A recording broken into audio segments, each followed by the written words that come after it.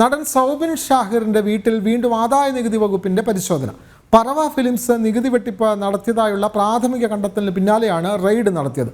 Manjummel boys സിനിമയുടെ വരുമാനത്തിൽ 60 കോടിയുടെ നികുതി വെട്ടിപ്പ് നടന്നതായി കണ്ടെത്തിയിരുന്നു. സംഭവവുമായി ബന്ധപ്പെട്ട് നടൻ സൗബിൻ ഷാഹിറിനെ ചോദ്യം ചെയ്യും. സിനിമാ നിർമ്മാണത്തിന്റെ മറവിൽ കള്ളപ്പണ ഇടപാട് നടത്തിയെന്നാണ് താരം നേരിടുന്ന ആരോപണം. മഞ്ഞുമൽ ബോയ്സ് എന്ന സിനിമയുടെ നിർമ്മാണവും കളക്ഷനുമായി ബന്ധപ്പെട്ട രേഖകളാണ് ഉദ്യോഗസ്ഥർ പ്രധാനമായും പരിശോധിച്ചത്.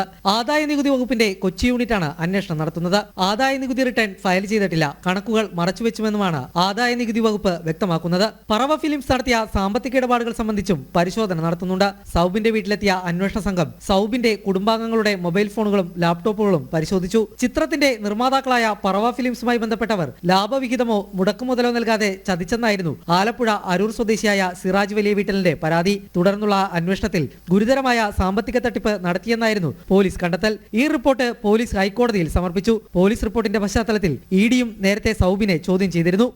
ജനം, കൊച്ചി.